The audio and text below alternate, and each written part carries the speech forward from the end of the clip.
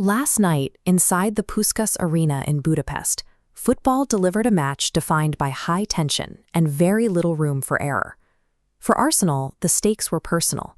This 140-year-old club had just secured its first Premier League title in over 2 decades, and they arrived in Hungary looking to capture the one trophy that has never sat in their cabinet.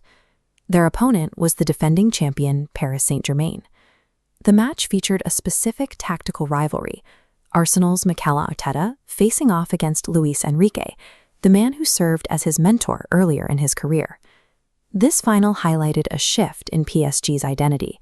They reached this stage not by leaning on the global superstars of their past, but by moving away from them. For the French side, this match was a test of that gamble, evaluating whether a team built on collective movement could perform as well as a team built on individual fame. For years, the prevailing logic in Paris was that winning in Europe required the biggest, most expensive names in the sport. Luis Enrique deviated from that path. He replaced those established figures with a core of younger, high-energy players, like 21-year-old João Neves, emphasizing tactical cohesion over individual marketing power. Reaching a second consecutive final suggests this shift hasn't slowed their momentum. This new squad arrived in Budapest with the chance to prove their system could replicate the results of the star-heavy rosters that came before them. The match began with an immediate shock. Only 6 minutes in, a deflected clearance fell to Kai Havertz, and Arsenal took the lead. By scoring that goal, Havertz joined Cristiano Ronaldo and Mario Mandzukic as the only players to score in a Champions League final for 2 clubs. It was the dream start Arsenal needed to settle their nerves. With the lead in hand, Arsenal immediately shifted. They spent the next 84 minutes in a deep defensive block, determined to protect their 1-goal advantage at any cost. This forced PSG into a difficult position early on. After 120 minutes of play, the score remained tied. The title would not be decided by tactics, but by the psychological pressure of a penalty shootout. The momentum shifted with every kick. Arsenal's Eberechi Eze missed early, but David Raya responded, saving against Nuno Mendes to keep the Gunners in the hunt. It eventually came down to Arsenal defender Gabriel.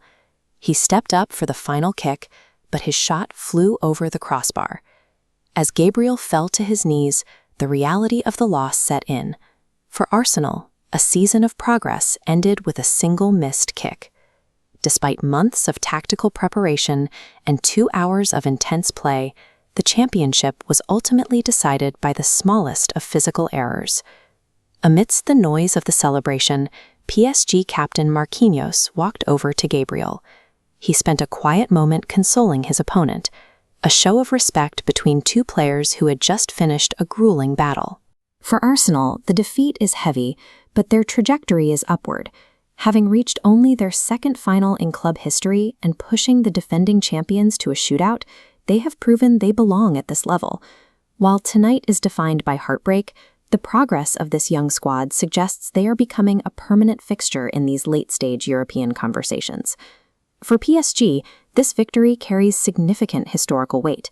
They are now only the 2nd team since 1992 to win back-to-back Champions League titles. As this timeline shows, they have matched a feat previously accomplished only by Real Madrid in the modern era. By winning this trophy again, this time without the superstars of their past, PSG has demonstrated that a unified, tactical collective can be just as successful as a roster of icons.